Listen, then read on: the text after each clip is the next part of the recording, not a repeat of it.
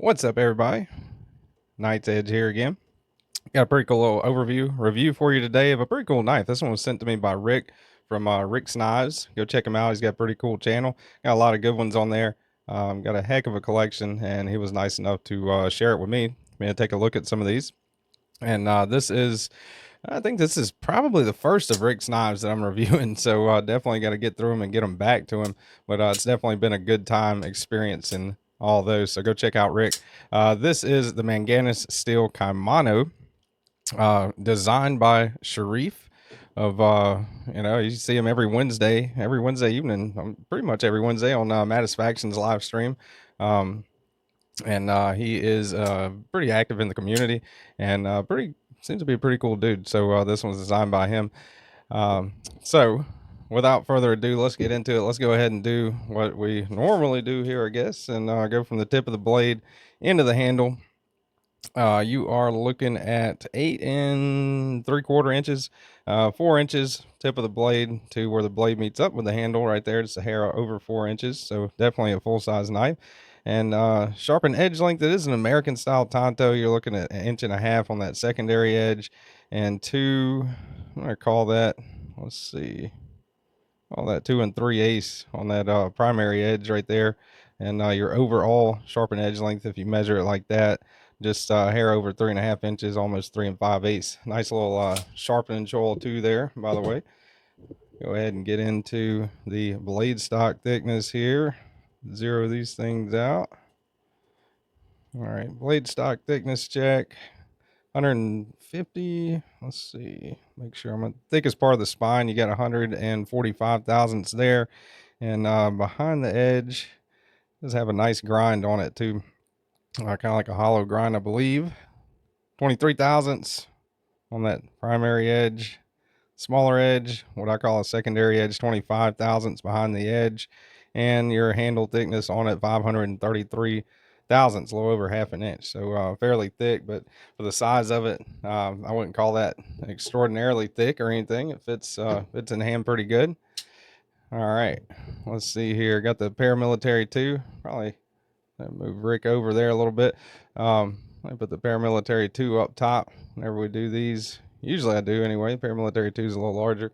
And the Spyderco Para 3. You can see there it's definitely more Para 2 size than Para 3, even a little bit larger than the paramilitary 2. And overall length. Put up the Spydercos here. Let's see what else we got here. You got a couple of YouTuber knives thrown in the mix right here. That's New Breed EDC Clydesdale, and that is Mattisfaction's Phoenix right there. So the Caimano, I believe, was OEM by Kizer. Correct me if I'm wrong in the comments, Sharif. Apologize for that if I am.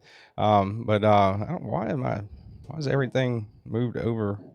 That's crazy. Everything was kind of moved over that way. That's weird. But I think Kizer actually OEM that. Not sure. Let me know in the comments. I could very much be wrong, but I believe I saw something about that. I think Kizer is the OEM for these. And let's see, 2 more. Get your Chris Reeve knives, Unmanzan, and your Medford knives, Slim Midi. All right. You can tell that is definitely what I would call a full-size knife anyway. Let's see here. Let me get the scale out. All right.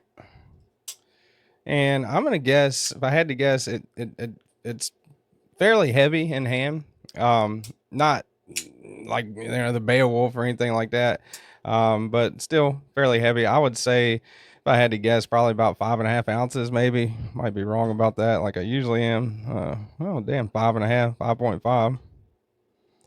So right around 5.5 ounces. So definitely over the ounce and inch ratio.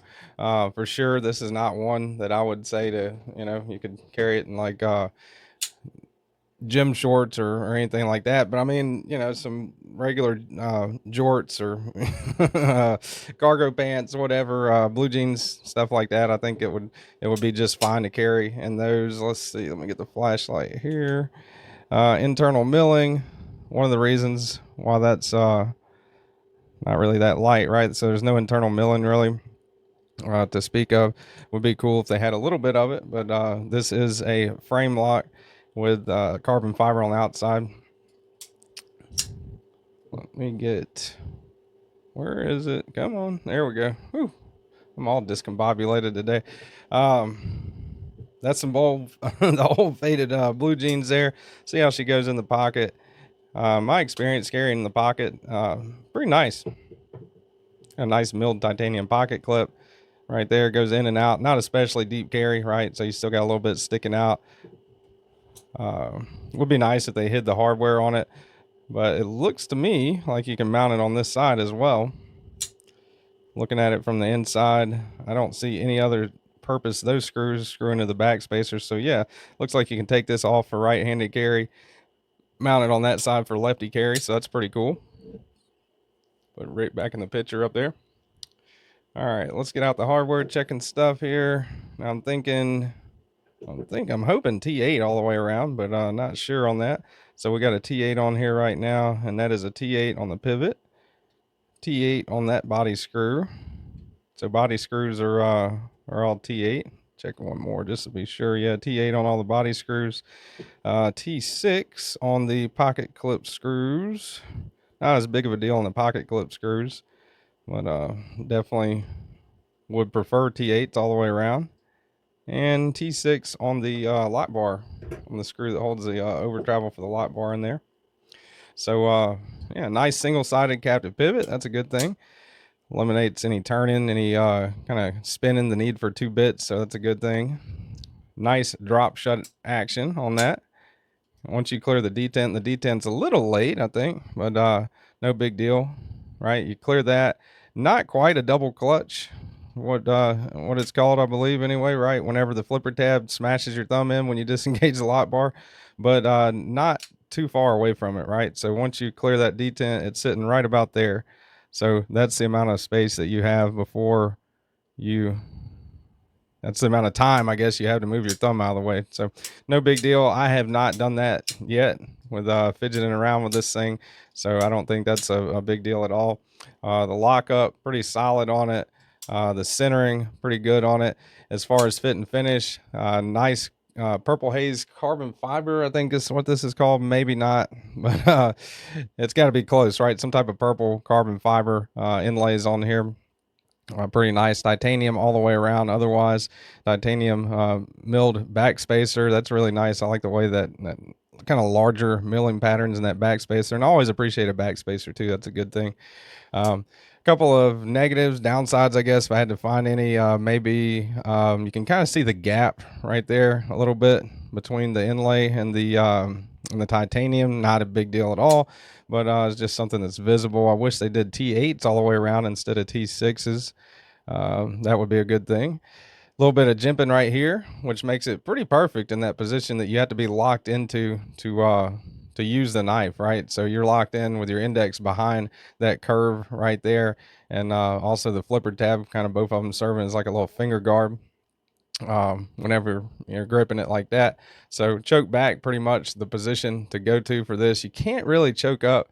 If you're getting on that harpoon notch, right, you put your index all the way up towards the front and put your thumb on that harpoon notch, and you can get the tip of your thumb on, or I can anyway, on the harpoon notch, and that's pretty locked in and solid right there. I keep wanting to put my index here, but I can't because it's a sharpening choil, it's not a finger choil. So my preference, I would like, for a little bit more room there. And plus I really don't care as much for flipper tabs being in the way and everything, but not too much in the way really, especially if you hold it like normal, pull it out of your pocket, deploy it, and you hold it like that. That's pretty much what you're going to go to naturally on this one anyway. And it's nice that they got that ramp, that harpoon ramp there with that jimping. So pretty solid, pretty locked in. Really cool looking blade shape in my opinion. Nice opening hole. The grind on it really good. This is S35VN, which is a pretty decent steel, super steel. Been around for a while. I mean, it's starting to get phased out by all the fancy newer stuff, I guess, MagnaCut, S90, stuff like that. But I really don't have a single problem at all. That's 35N. I've always liked it. As far as billboard and advertising, print and stuff on it goes, you're looking at Manganas steel right there on the clip side if you carry it right-handed. You've got S35VN there on the bottom, not too visible, and nothing on this side. So they did really good with the kind of sterileness of it, making a lack of billboarding. I really appreciate that. And if you look really close towards the end, there's another grind. I would call this maybe a compound grind. Let me know in the comments what you guys think. But they kind of did like a center line there. Camera can focus, center line there going out in the middle, and swedge down going up here, swedge down there. Kind of provides a little bit more tip strength, and this is a really pokey little guy. You know, I could see definitely if you get locked into, you know, some wood or something like that, and you're trying to kind of bend it and pull it, maybe I could see the tip snapping, but the tip strength looks like it should be pretty good on this one. So pretty satisfied with that. Overall, I would say it's a pretty good knife. Very, very fidgety. You know, you can activate it with the middle finger, reverse flick, really easy with that opening hole. It glides shut. That's kind of my preferred method to deploy it, but actually the flipper tab works just great too. It doesn't, let's see if I can fail it. No, probably. I mean, I could probably, if I really tried to, maybe not. I don't know. If you can fail it, it's hard to fail. This one is anyway. So good action and good detent on that. So overall, Manganas steel Caimano, I would say pretty awesome knife. I'm a fan of it. They do have some cons, you know, the kind of a lot of hardware on here. It is a little heavy. Maybe you know, they did do some, and I didn't talk about this earlier, but they did do a nice contouring around the edges here. That's really cool. You know, and it extends into the inlays. Really neat. I like that disengagement spot right there on that lock bar, on that frame lock, right? So I think that's pretty cool. It's very, very comfortable to disengage too, by the way. But if they would have went with T8s, you know, that would have been good instead of T6s on the lock bar and the clip. Maybe did a little bit of milling, make it a little bit lighter. That's pretty much it. I can't really think of a whole lot of negatives on this one. It is set at a pretty good price. 245 is what this one goes for. OEM by Kizer, design by Manganas Steel, and that is the Manganas Steel Caimano. So pretty neat knife, American Tanto, kind of an aggressive, neat looking knife. So there you go. Hope you guys enjoyed the video. Hit the like button if you did, man. I really appreciate it. Thanks to all my viewers, channel members, and Patreons. You guys are awesome. And thanks to Rick. Go check him out. I will see you guys on the next one, and y'all stay sharp.